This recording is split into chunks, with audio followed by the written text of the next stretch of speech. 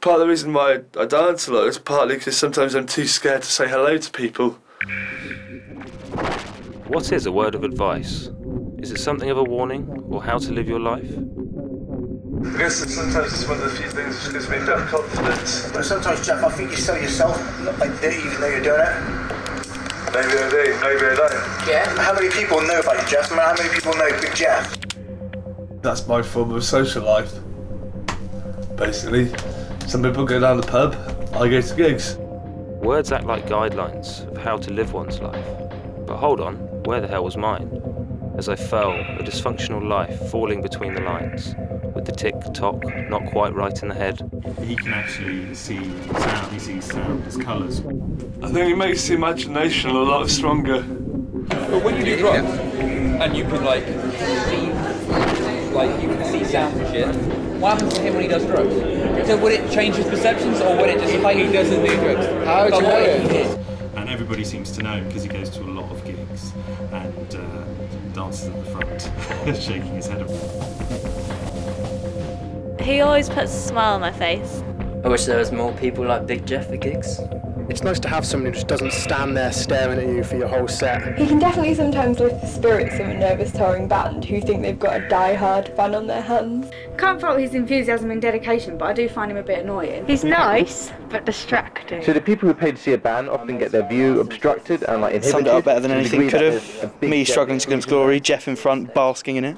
The bass time to spend the whole week. Well, I've seen him barge small girls out the way. I don't know, I find his indiscriminate enthusiasm to be pretty annoying. I guess by accident. He like a loon to even a quiet He has song. no I'm spatial sure he's a lovely guy, but He has no spatial awareness and is incredibly rude.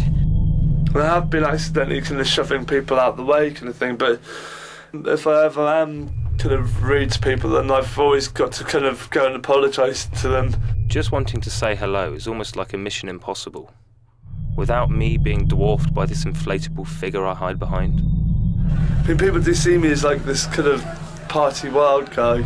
It's a tricky kind of double-edged sword, really, isn't it? I mean, sometimes it's nice to be overwhelmed.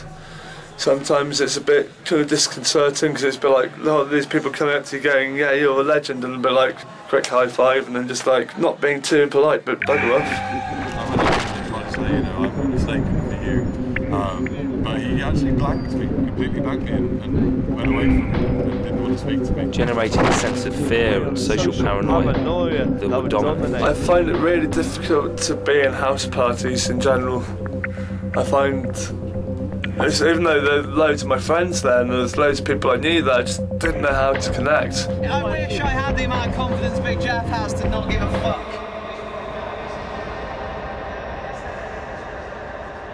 When I do write, I am affected largely by my moods and my mood swings. Late last night, I was sat on a park bench in Queen Square, just staring off into the dawn chorus, with the sweet head resting on my shoulders. I can feel a peeling charm as I wrapped an arm around, twitching with a hopeful sense of security as a warmth travelled out. Looking down upon her warm brown hair and well-hidden French accent, which only tilted occasionally through her drunkenness. She said she hated having an accent, as it made her feel too much of an outsider. Upon the parting touches, I felt a warmly glow, and she said that she liked me, and I told her what I thought of her beautiful tone.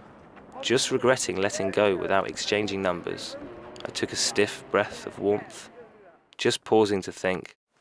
If I was to meet someone like that again, or have a similar kind of experience with someone like that again, then you never know, something could happen. What I'm going to write about is the effective death of me, a rotten appendage and 6-foot blunder, from the doctors putting me under, causing me to fight for every breath. There was one theory that he was like in an operation and woke up halfway through it and it like fucked him up psychologically. I saw the surgeons' faces panicking, like really panicking.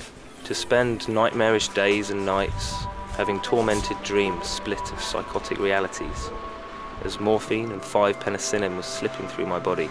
I mean, like, I was born with learning difficulties anyway, or some forms of learning difficulties. I mean, it definitely did expose some things.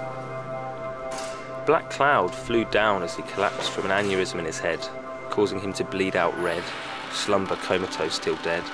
leaving behind a family lodging in my parents' pride that was soon to be soured by the sounds of angry voices. Just after I was hospitalised, I had a really close friend of mine pass away. Him and his family were lodging in half my parents' house. My dad obviously had the softer spot for the younger woman. My mum had decided to kick out the widow with her 2 kids. Words can be the deadliest of weapons, as vocal desecrations have crossed my path, as locals collapse like a jigsaw puzzle, picking up the pieces with an empty shell, feeling like we have a hex to burn against my name. I know my mum didn't want to harm there, but she was obviously kind of stressed out because of things which were going on. My parents split for about 6 months. As flashbacks haunt this head, hallucinations of the torchings come back. Flashing instincts make me human. I guess I kind of blame myself because the fact that both of us had gone into comas, whereas I managed to kind of still be alive and I'm here, and he didn't. It was about a year after, I think, I had like a really extreme nervous breakdown.